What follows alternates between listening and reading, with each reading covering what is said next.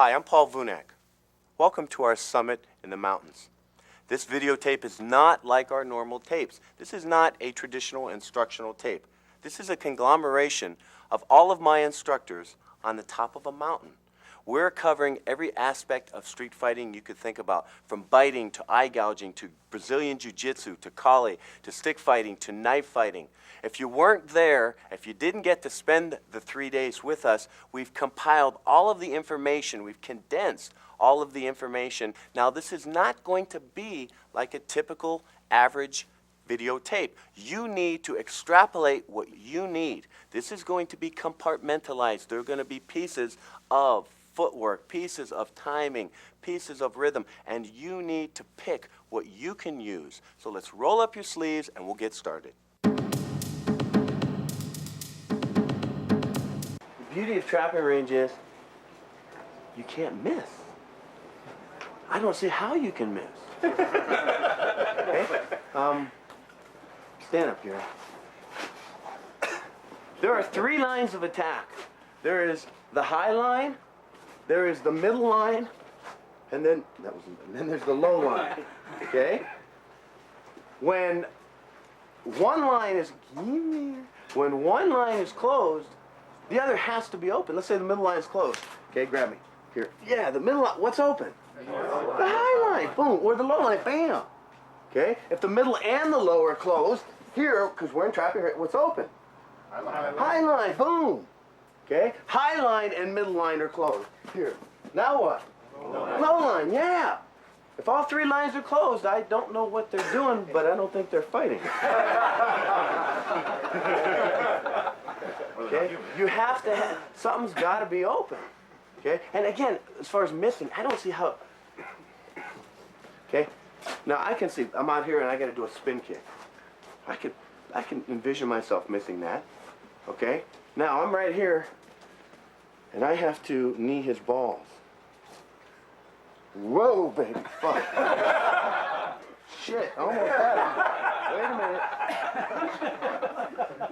I want you to get into zone. Okay? What do I mean by a zone? Anybody know? What would be your of zone? Huh? Distinctive, okay. Focus. Rhythm. Okay. Picture Michael Jordan busting 8 in a row, busting 9 in a row. He's in his zone. You know, he's in his. Got his rhythm. He's got his rhythm. Okay. But when you got your rhythm and you got your zone, what is not going on in your head? Thank you. Thank you. There is no thinking. There's no internal dialogue. Internal dialogue is the absolute worst thing we can do. Unless you have a project in which you are trying to accomplish, an empty mind is the best mind. Okay? Even reading. The whole premise behind speed reading is that you don't sound out the words in your head. We don't realize this, but when we read, we all sound out words in our head.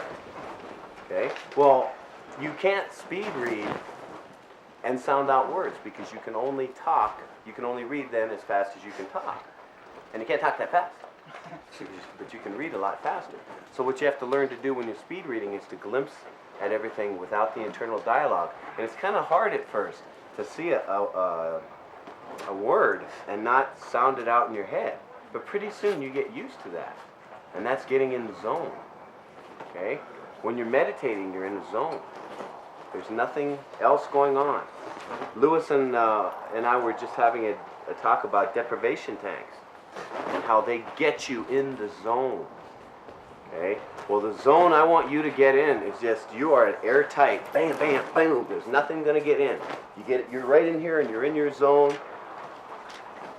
And there's nothing going to get in. That's all I can say. So watch what they're doing, but also watch the feel. Get a feel for emotionally where they're at.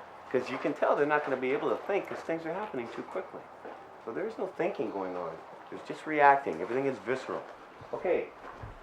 Jack and Ryan, numerata. Now what we're going to do is really just more or less put all 3 tools together. Okay? This is about the most sophisticated you're ever going to get to see these 3 tools used. Okay, ready? And go.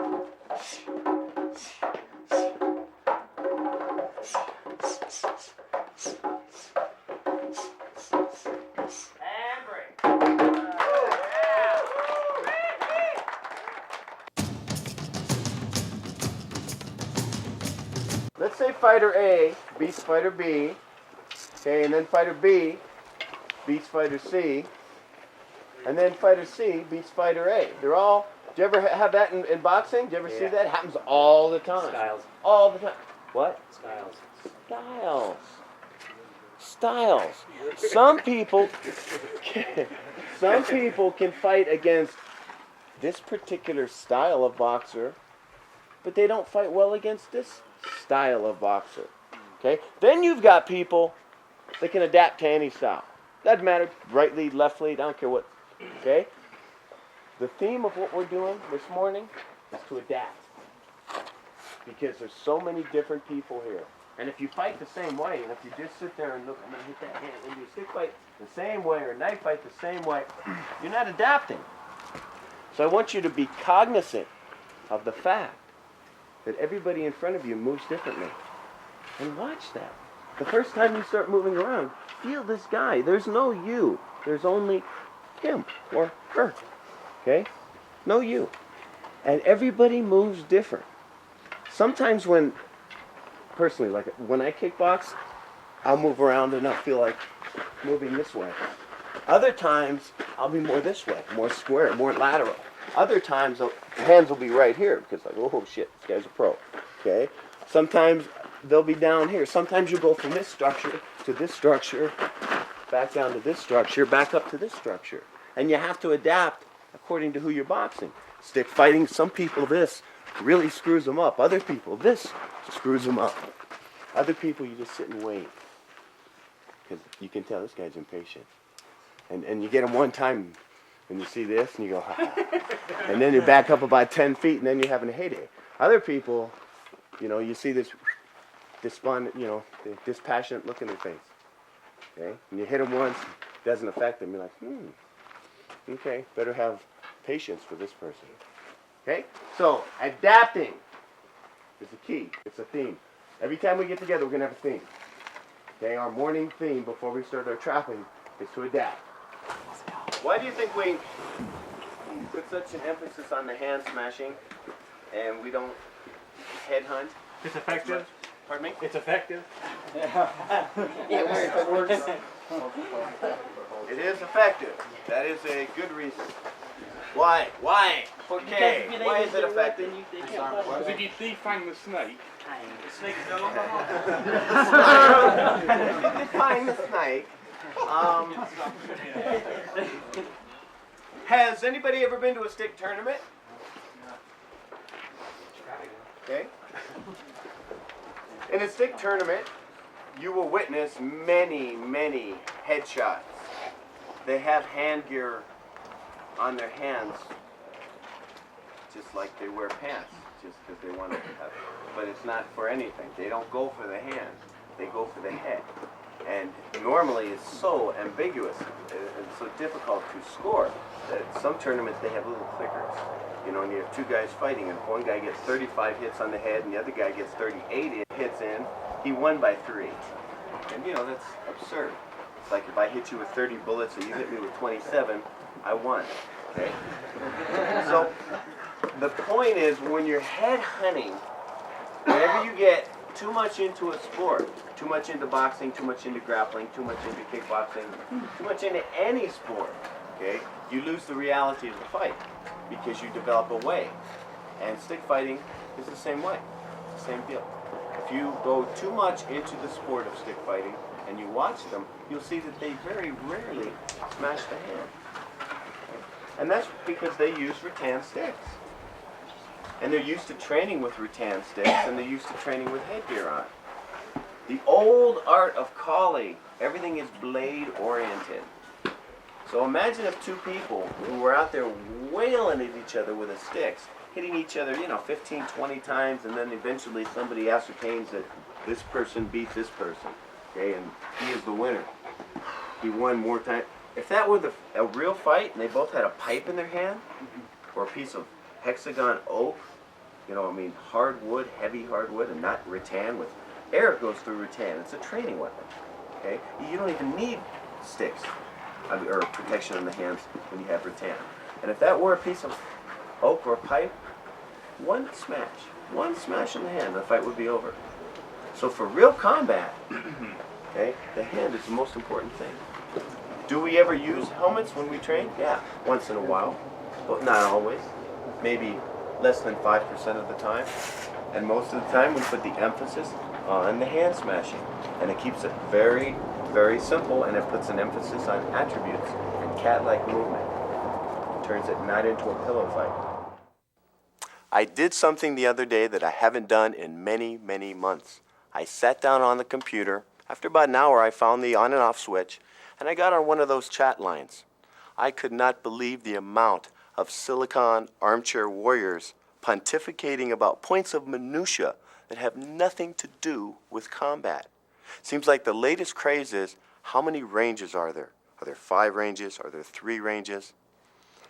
The only reason that Bruce Lee or Dan Inosanto or myself have ever delineated range in the first place was a teaching tool. It has nothing to do with functionality. Heck, when you're in a fight, you don't know what range you're in. You might be out there kicking the guy, you might grab his hair, you might punch him, you might go to the ground, bite a hole in his cheek, kick him back up again. Now you're out in long range, you're back in close range. You have no clue. In functional application, it doesn't matter. It's just a teaching tool. And you can call it what you like. You can mix it up any way you want. It's the same package, just wrapped in a different way. I have an idea. We could mix kicking with trapping with grappling, and we could call it crappling. I could not get out of north-south. Under north-south? Yeah, and anyone puts me in north-south, I might as well just go home. Okay, north and south, for those of you that don't know, just simply refers to one person is on their back, their head is here where my fingertips are, their legs are down here. The other person puts their head here and their legs are back here. So they're on top of each other and their bodies are parallel to each other. A lot on north and south depends on where their arms are. Are their arms over top of your arms or are their arms underneath your arms? I had someone on top of me and they kept going for a Kimura from there. They went side mount and then so they scissored over my head and had trapped one of my arms and they just kept working the Kimura on my free arm. The best I could do was just try and fight the lock. I didn't know how to get out. Are you trying to get out of the Kimura or are you trying to get out of the north-south, but because the longer I was down there, the more times he just kept trying the Kimura. He was heavier than I was. Let me see it. I gotta think here for a second. Let me just show you here. Let's see, what's a good angle? Let's go here. Your head here and your feet back here. Okay, to escape the north and south when both arms go underneath, like this, what you need to do is you need to take your elbow. Now, let me back up. When their head is on your chest, whatever way they're looking towards your left arm. You need to take the opposite arm, the right arm, and insert it under their neck. Okay, let's go turn your head the other way so the camera can see. Their head is facing this direction over here. You take this hand and you go underneath their neck.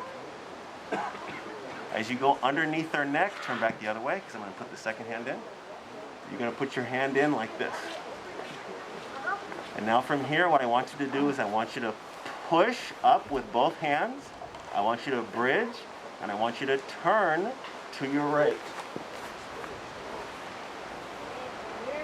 You have the leverage to do that because of where their arms are at. If they end up grabbing a little bit lower on your arms and you feel like your arms are trapped, you just move your elbows to the side until you can get your arms in.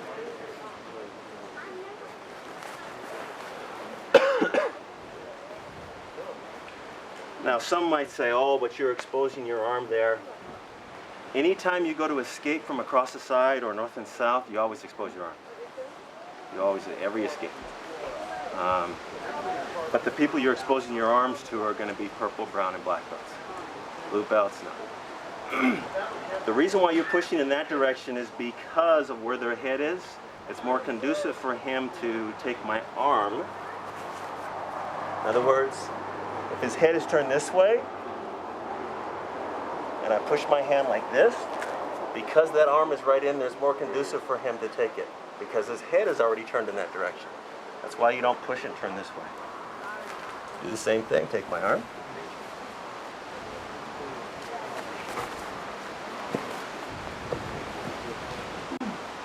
Okay. If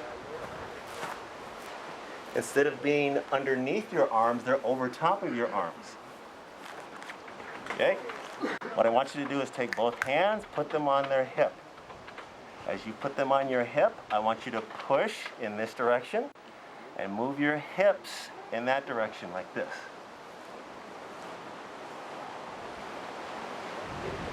As you get your arms to full extension, what I want you to do is throw your legs up over your head and watch my left leg. Oh man. Time, please. In order to do this move, you have to get them off of your stomach. You need the head on your chest. If I try and do this from here, his head gets in my way. You need to come to here.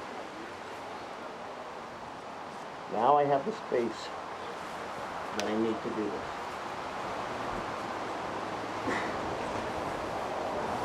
I'm going to show you one more, because I hear those of you saying, oh, but I'm not that flexible.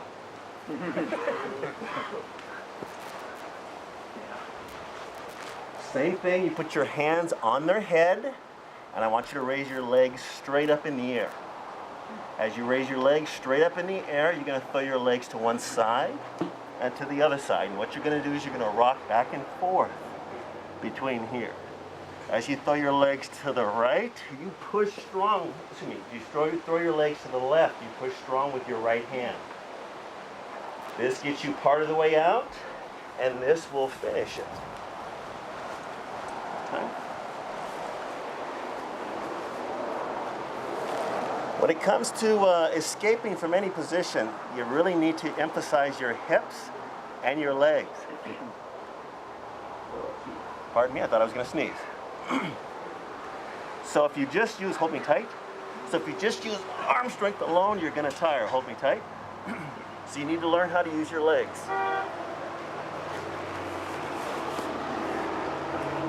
I use my legs to create momentum. And then I push. My legs go to the left, I push strong with my right. My legs go back to the right, I push strong with my left. Okay. Matter of fact, why don't we all try this? Laying your back. We're going to try all three. Number one, turn this way a little bit. Both hands are underneath and the head is on this side. Insert your right hand underneath my neck. Put your left hand on your right wrist, and now push up and turn to your right. Push up ballistically to your and push to your right. That's it. One more time.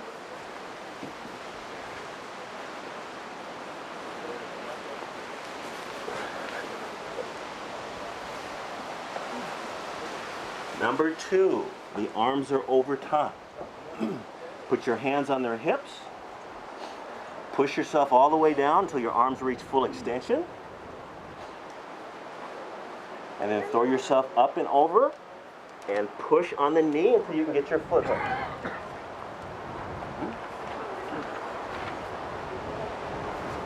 One more time. I want you to insert this leg first, because I want the camera to see it. Go ahead. Now, as you get to here, stop for a second. What you need to do, stay right here, is when you can insert this foot, is you take your hand off of the hip and put it onto the knee. And now push the knee back until you can get your foot inserted. Push yourself on top. Okay.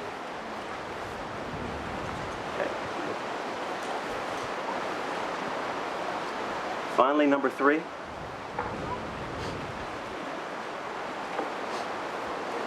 Bring your legs straight up in the air, rock them from side to side, and push.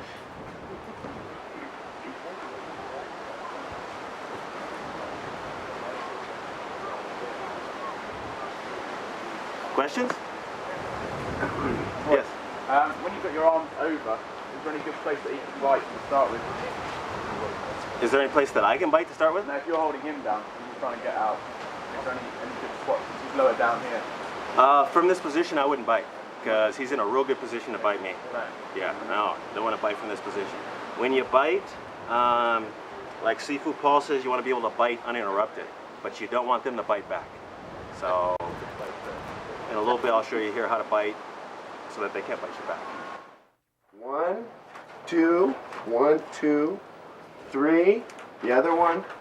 1, 2. Okay. 1, 2. Because we're going to work off the arm, work off the arm. This, there's a nerve that starts here. Runs down until it hits muscle. When it hits muscle, it comes across to here. Right here, now I'm not trying to play a...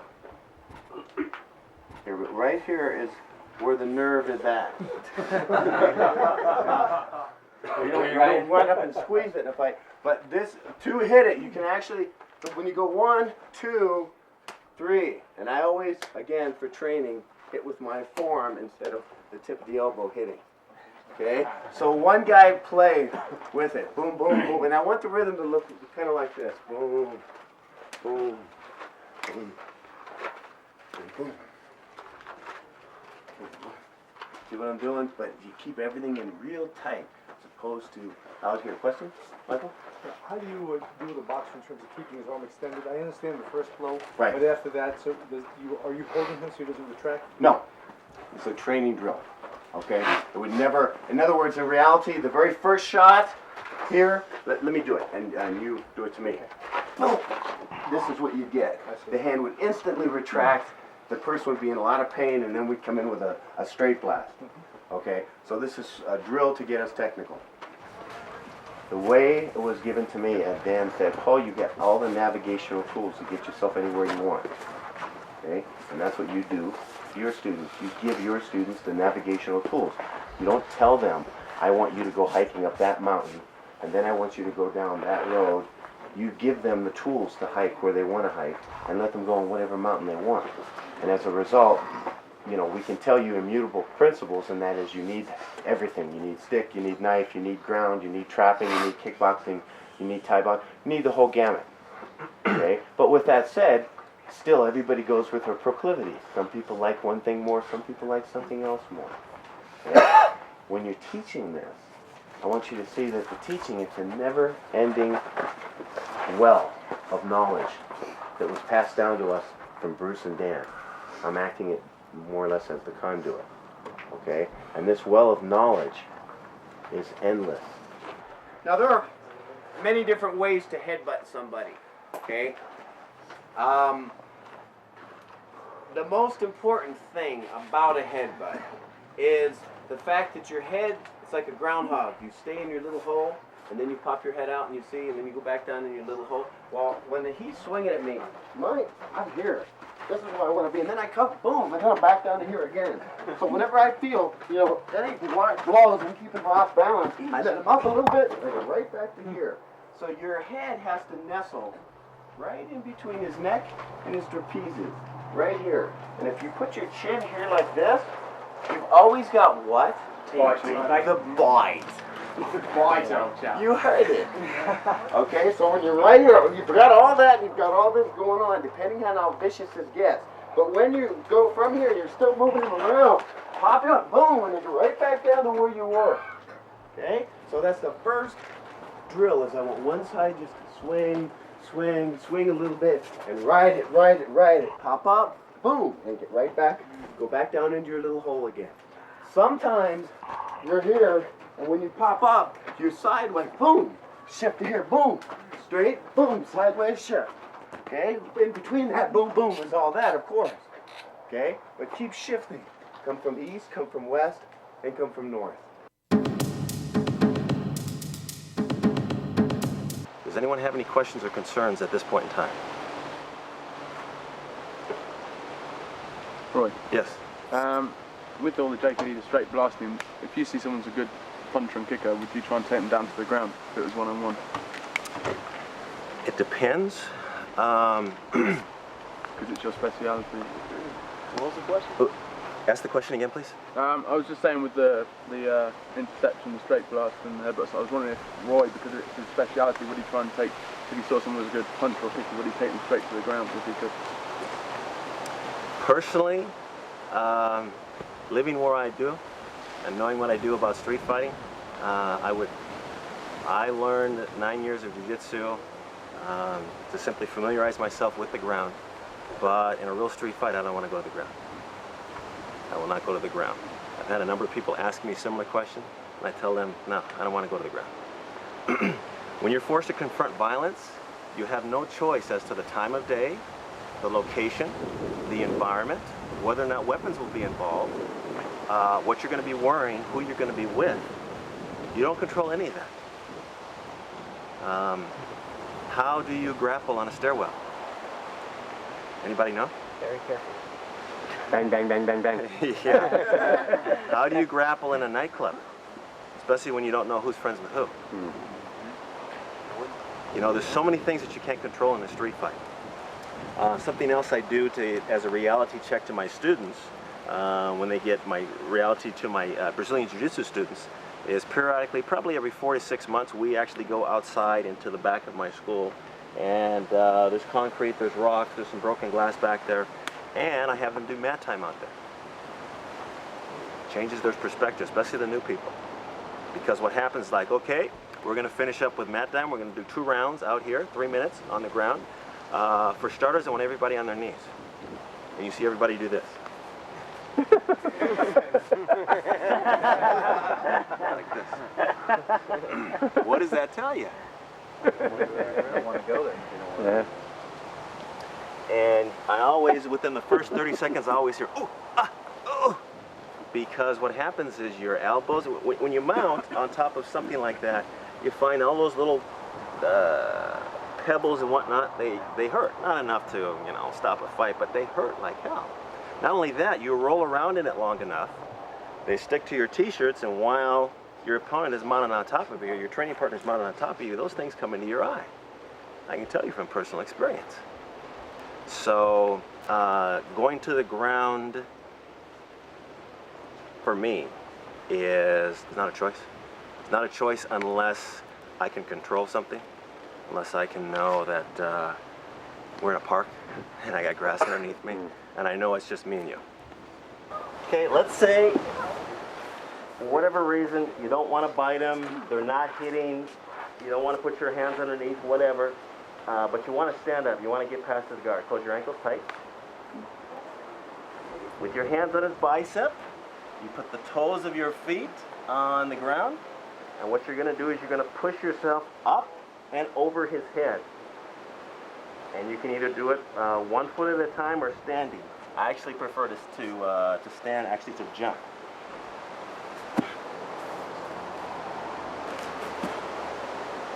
Now, once you get to here, I want you to lift your head up, hit the face a few times, and then hit the groin.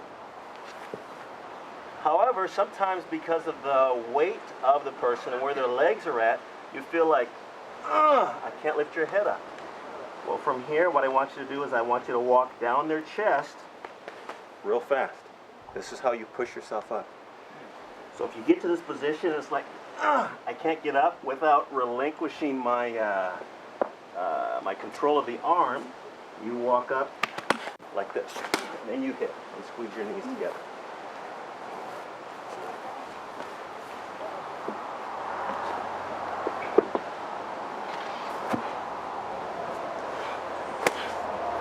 Or if you want to put a few shots into the face first, that's fine. But I want you to get up and do this. The neck crank from the mount, the way some people are teaching it, it's not leverage based, it's very strength oriented. In other words, when I see it being taught like this is somebody who's really strong. This is usually a wrestler who's teaching it, somebody who's got a good base, and somebody who's really strong. When you do it like that, it's going to be all upper body strength, and you're going to have to fight a lot against it. What you need to do is this. As your arm goes underneath, your right arm goes like this, you grab your shirt. As you grab your shirt, you put your head on the ground, and your shoulder on the ground, and then you raise your hips up and put your weight down on them. Don't worry, I'm going to show you on the other side. Now this hand reaches underneath and grabs my arm. And the neck crank is done with my body weight on him. So you don't pick them up like this. Move your hips away from me. There's too much, there's too much mobility. Right. That's a problem. So as I go underneath, I put my head and my shoulder on the ground. I take my left leg, I straighten it out, put my hip down. As I insert this hand, my right hand, I raise my hip up just slightly and I put my weight back down on. And now I drive with my right foot and my head goes back.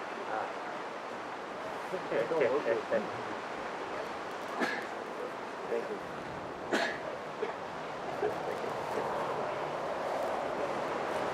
Could you sit out in that position as well and still crank it? What's that? Could you sit out in that position? Could you actually, could you slip underneath, come out to the side, and rear back as well? Yeah, you could, but you're going to lose a lot of position. They can sit up on you. Okay. Yeah. Lauren, can I ask you a question about number 2? No. Aaron and I were having a hard time after we flipped over getting a hook in because maybe we were too tight and our base was too low maybe? Like how do you get around that then? Okay. Here. Yeah, see, we were tighter. Like our butts were down and our knees were like right by your ears. Like this? Yeah. Because we could swing back but we couldn't get a hook in. What's that? We could swing back but we couldn't get a hook in. Like, we couldn't get our foot in. You go to here, now, you see how his head is on the left side of my body? Yeah. What you need to do is, whatever side his head is on, you need to swing to the other side. If I swing to this side, his head's in the way. So I need to swing to this side. But for the camera's sake, put your head on the other side. Let's say you get to here, and you get like this. And you can't get your foot in. You take this hand that's on the hip, you take it off of the hip, and you put it on the knee. And now you swing your leg like this, because they're still attached to you, and you push.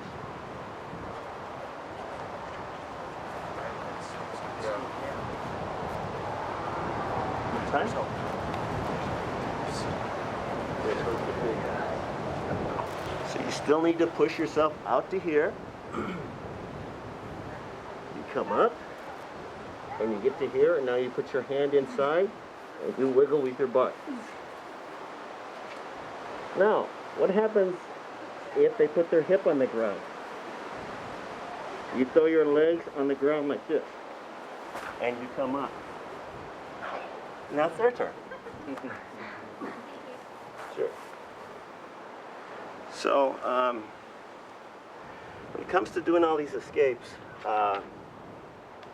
with every little change, and they put their hips down, they raise their hips up, they change position with their arms, it changes the equation. And you have to be able to change. I want to cover 5 basic bites with you. I'm going to cover 3 from the top and 2 from the bottom. These are common positions that we get into. And as we've told you before, we do not bite somebody arbitrarily in a street fight. We bite only if we have to.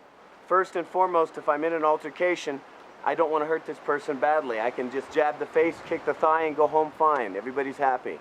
If the altercation is more serious and I'm worried for my life, then I'll probably have to go into trapping, headbutts, knees, or elbows. If I go into trapping and for whatever reason I end up horizontal, then I'm going to kick into Jiu-Jitsu. And then if the person happens to be better than me at Jiu-Jitsu, and he's having a good day by the way, okay, then we're going to go into the biting and the eye gouging. Okay, so it's not something that we attack first off. So I just want you to know that, okay? We always injure to the appropriate degree. It's just inappropriate to bite somebody if they are just a smartass that comes into your school. And you don't want somebody's blood in your mouth for no reason. But if it's going to save your life, then you're going to take your chances. Okay? So, with that said, where's Gary? Yep. Okay.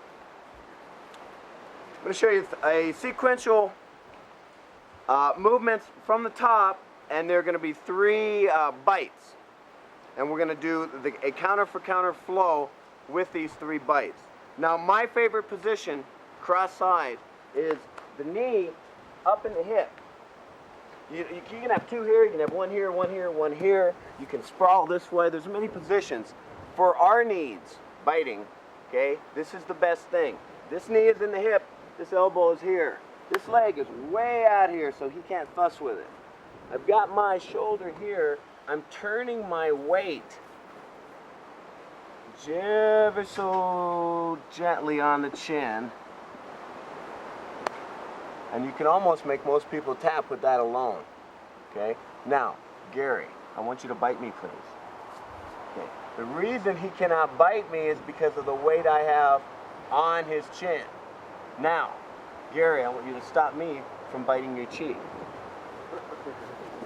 Okay? So that's the very first bite. When you're down here, this hand usually cannot get in the neck to push you off. Try to do that, Gary. Because you're too tight. So he has one possible counter if he's a very creative individual. He's going to do this. Okay? That's the only counter, period. So this arm will go straight back, and then he's going to come up this way. Okay, so we'll take it from the top here, and then he starts, when he's here, I go to the second bite. Now, when I'm on the second bite, if he's a very strong individual, and I mean, this guy's got outweighed by 50 pounds and then some, he can use his elbow to just force you down that way to the third bite, okay, the going bite. And let's not practice that one too long, okay, guys? Okay, so from this position, knee in the hip, elbow in this hip, up tight, down one. It comes up here, and sometimes, Gary, you can even try to get the forearm up in my throat and push. When he's pushing, you're pushing down until you get that. Then that's two, then he pushes down, and then that's three. Okay, so let's go through that flow. 1, 2, and 3. But let's just say he's still squirming around. 90% of the time when you go here, when somebody goes to bite your going, what do? You pike. Yes. Okay? So when I'm already here, he pushes up here, I go to here, he pushes me down here, that's when he pikes. I come up, boom, boom, boom, back down to here to take the bite again. Okay, so when he pikes, that's when I come up in the half guard. And I just immediate pressure, go right back in, put the hooks in, take the eye and the bite again. Okay, so that would answer the question. Okay, 5 more minutes, please. Self-perfection versus self-preservation. It's taken me 15 years to convince people of the need for both, and still we haven't quite accomplished our goal. You see, people are either too far to the left or they're too far to the right. Self-perfection is techniques. Disarms with sticks, pak saos, reference point moves. These are moves that make you an athlete. These are moves that hone in the fine skills. If you only do self-perfection, you're going to look good, but you won't be able to fight. You need to get the gloves on and duke it out once in a while. You need to get the sticks in your hand. You need to get on the mat and wrestle. If you don't do that, and if you're too far to the left with only self-perfection, you're not going to be a fighter, but you may look good. On the other hand, if we go too far to the right and do too much self-preservation, that's just as bad. If all you ever do is duke it out and you proscribe anything other than pure combat, duke it out with the gloves, duke it out with a stick, wrestle around on the ground like a maniac, well, the problem with that is you'll have a propensity to look sloppy, ponderous, clumsy. What we want to do is we want the best of both worlds. We want self-perfection with self-preservation. So we do not proscribe either, we combine them. I want complete internal dialogue silence starting right now.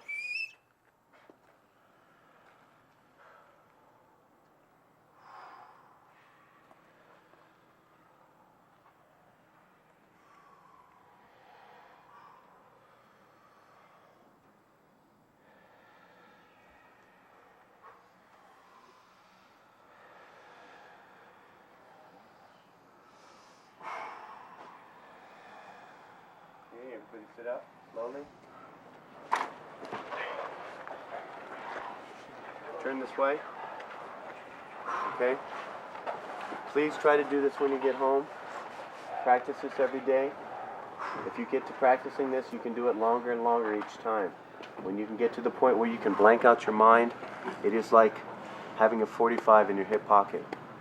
You'll never be rattled. Nobody will ever be able to toot your strings. You will not be the puppet, you will be the puppeteer. Okay? You will never get mad in a fight. You will never lose your emotions, your relationships, everything. You cannot imagine when you can just simply be quiet and allow the world to exist and stop the world. Okay?